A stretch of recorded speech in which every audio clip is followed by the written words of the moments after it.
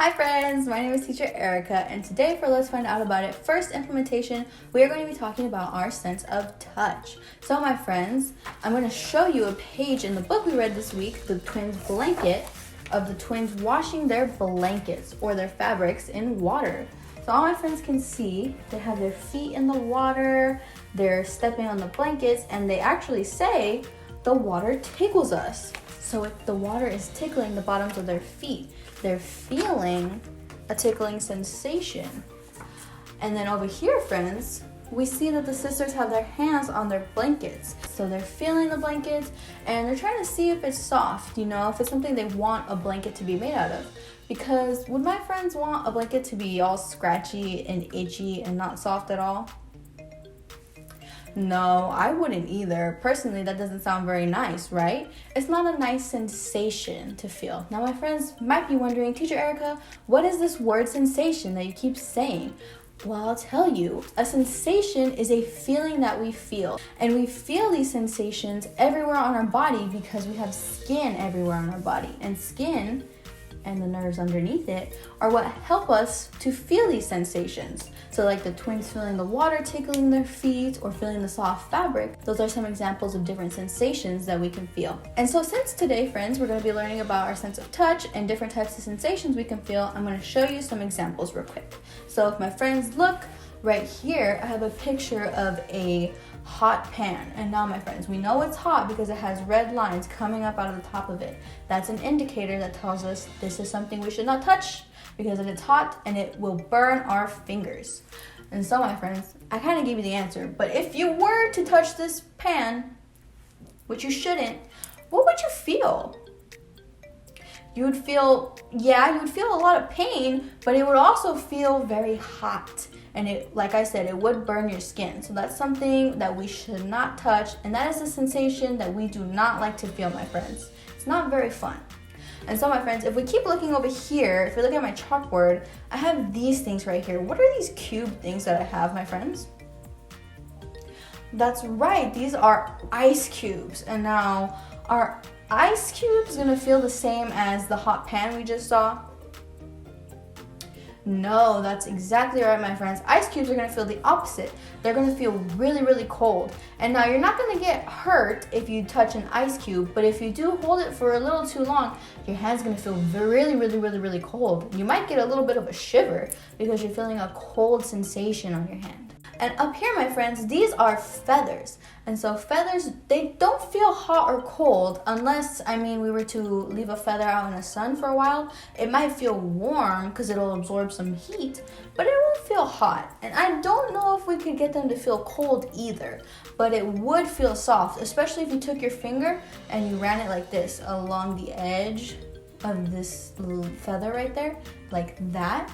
It would feel really, really soft, and that's a very nice sensation that we feel with our fingers. So, my friends, with our sense of touch, we can feel things like temperature, which is the ice cube or the hot pan. We can touch things like we did with the feather, and we can feel things that are soft and hard, and we can also use pressure to feel things. So if you are wondering what pressure is, I want you guys to take your hand like this, and then take your other finger, and then just lightly tap it. You see how I'm just lightly tapping my hand like that?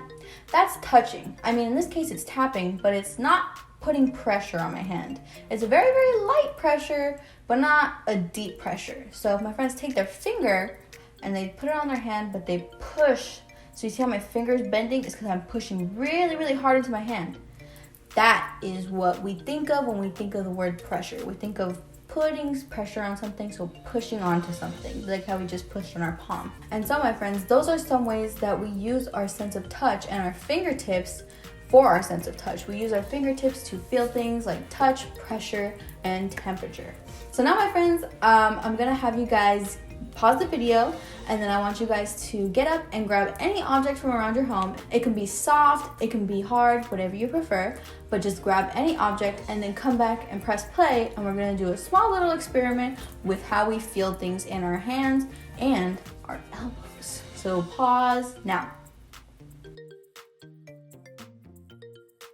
All right, welcome back, friends. I hope you guys got your object. And I have mine with me right here. This is a little remote that I use to control the lights in my room. And so what I want us to do is first we're gonna feel it with our hands. But if we can see it, we can kind of describe it with our eyes, which is another sense that we'll talk about later. But I want us to just feel this with our sense of touch.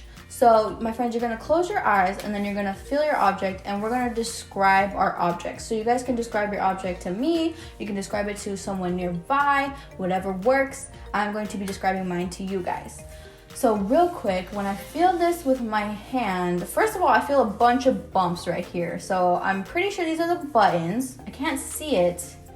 I know what it is, but I can't see it. So if I didn't know what it was, I would assume these are bumps and these are buttons. No, I would know that these are bumps, and so I would assume that these are buttons because it feels kind of flat, and I know it feels flat because if I put my hands around it, and my friends can see, my hands touch each other. And so if this was a bigger object, my hands would probably be like this and they wouldn't be touching each other. But since they're like this, that's how I know, oh, this object is flat. And then when I run my hands around it, it doesn't feel like a circle, my friends. It feels like it has 1, 2, 4 sides. Is that right, my friends? 1, 2, 3, 4. Yeah, so this is a rectangle.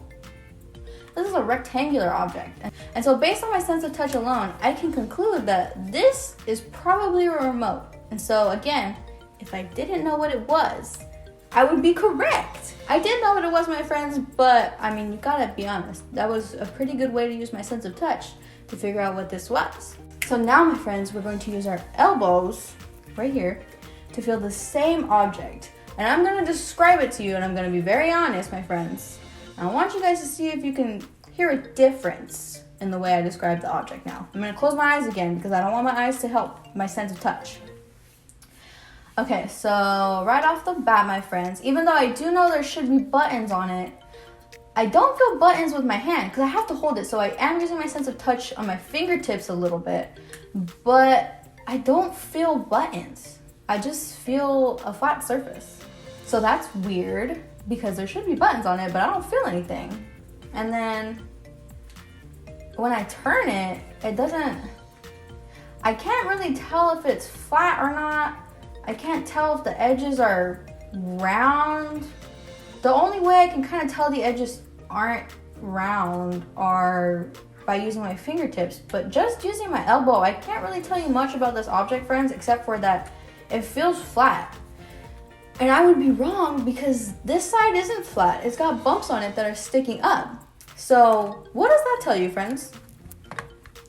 Right, it tells you that our elbows are not as good as feeling sensations as our fingertips are. And just a quick reminder, friends, these are your fingertips right here. These little edges right here, or these little ends right here. So you guys might be wondering, well, teacher Erica, you said earlier that we feel sensations on our skin. Your elbow has skin on it. Why can't we feel a sensation there? That's an excellent question, friends. We can't feel sensations there because there's not as many nerves in your skin there. And nerves are these things that are underneath our skin. They're kind of like stringy little things that allow us to feel different senses and that allow us to feel different sensations, because whatever we touch with our fingertips, for example, our nerves send a message to our brain and say, oh, this is bumpy. But with our elbow, there's not as many nerves, so the nerves are kind of like, this is flat, but I'm also not sure because I can't really tell. And so that's how we can feel more things with our fingertips than our elbows. Now we're gonna play a small little activity. I'm going to describe 2 objects to you guys. So it's gonna be similar to what we just did, but you're not gonna be able to see it this time. You saw it last time. I didn't because I had my eyes closed. This time you're not gonna be able to see it. You're just gonna have to use the words I say to you, which are descriptors of sensations that I'm gonna feel with my fingers, my fingertips, and you gotta see if you can figure out what it is. So I'm gonna start with this object. Okay, well, it feels soft. I'm gonna give you guys a big hint. It feels squishy. I can squeeze it. I'm gonna be honest, friends, I can't give you many more descriptors because all I'm feeling is soft and squishy. So, before I show it, oh, I feel something. It's soft, but it's not the same type of soft as the rest of the body. Oh, you guys might know what it is. Okay, so do my friends have their guesses ready? All right, 3, 2, 1. Oh my gosh, it's a Squishmallow. It's a Baby Yoda Squishmallow. So my friends, what I was saying, this was a big hint, was that it's squishy. So my friends, look, I can go like this. I can squish it. I can hug it, and it feels very, very soft. This is the part I was talking about that feels really soft. And then when I ran my hand over his eye right here, it feels soft, but not the same type of soft as this. This feels more plushy, and this feels more like a rug, for example. That's what it's telling me. It feels like a rug. So now on to the next item. My friends can probably hear this one. This one feels cold. The other one, the Squishmallow, that didn't feel like any temperature really. So this object feels cold, feels hard, and I feel at the bottom metal, but the top feels like plastic. What do my friends think it is? Do my friends have their guesses ready? 3, 2, 1. That's a water bottle, and it has water in it, which is why it feels cold, because I put ice in it earlier. So the descriptions I used were hard, metal, cold. I also could have said it was round, because it does feel round. And I also could have used this to throw you off, friends, because this is a silicone straw, and this, I don't know if my friends can see, is squishy. So my friends see how I can squish it down like that? This is squishy. So that probably would have thrown you off, because the water bottles aren't squishy. They can be, but maybe not exactly like silicone. Thank you so much for playing that little activity with me, friends. I hope you guys did great, and I hope my descriptions of what I was feeling with my fingertips was enough to tell you what kind of objects I was feeling. And so before we leave, I have one last cool thing to tell you guys about. So we talked a lot about our sense of touch, right? But do my friends know the other 4 senses that we have? We have our eyes, so our sense of sight. We have our sense of smell on our nose, our sense of taste with our tongue, and our ears, which is our sense of hearing. And we use all 5 of these senses, my friends, to navigate the world around us, and they tell us all kinds of information that we need to know about the world around us. So my friends, let's go back to the hot pan example earlier.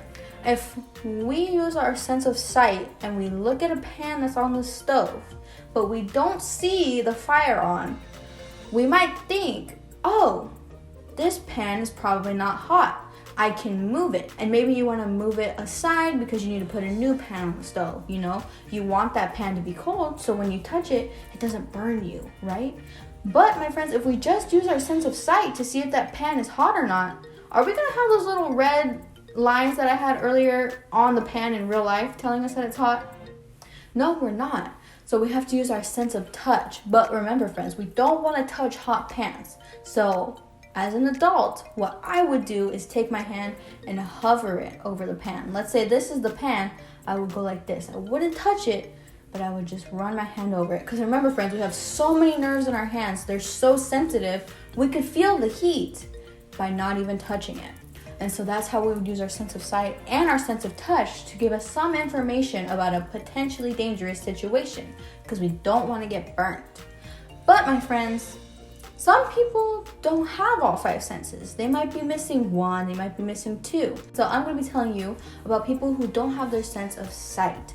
These people are blind, and so they can't see things in the world around them. They can't get information from their eyes. So they have to rely on their other senses to help them navigate the world. And so one way that they navigate the world is they use Braille. So this is a picture of Braille right here, and my friends can see it looks like little dots on a piece of paper, right? And now I don't have a physical example with you, so I can't show you how raised they are, but I can show you my remote again. And now this is not Braille, because a blind person would not be able to read this, because these are just random dots. They're buttons on a remote. But the idea is similar, because if I ran my hand over these, I would feel bumps. And so I would use my sense of touch and some light pressure, so I'm touching it very lightly, to decipher what's on here. And that's how blind people use Braille. They use their sense of touch and they run their fingers over the bumps, and they're able to read different words, different letters, whatever they need that is going to help them. However, my friends, if a blind person wanted to read a book, they would have to get a book that's all in Braille. And now this is something that is very expensive to purchase and also to make. So is a lack of accessibility for many blind people to be able to read a whole book in Braille. It's just something that's not accessible for everybody. But something that is more accessible are audiobooks. And so audio has to do with hearing. And they would be able to put in some headphones and they would be able to listen to someone reading a book to them. Because remember, my friends, they're blind, so they can't see, but they still have their sense of smell, taste, touch, and most importantly, hearing, if we're talking about audiobooks. So yeah, my friends, by using Braille, they use their sense of touch and their fingertips to read. And by using their sense of hearing, they can also read, but they're listening to a book. And so, my friends, something fun that you can do when you're walking around, in a building, like especially on Fresno State's campus, there will be little signs like this. They look like little plaques, especially around places like the restroom. You will be able to see little tiny dots on it, and that is Braille. And my friends, you can try running your hands along it. Make sure you sanitize your hands before and after. My friends can run their fingers along it and feel what a blind person would feel by using your guys' fingertips. All right, my friends, I hope you guys learned a lot today in today's Let's Find Out About It first implementation. I hope you guys had a fun time, and I will see you guys in the next video. Bye, friends.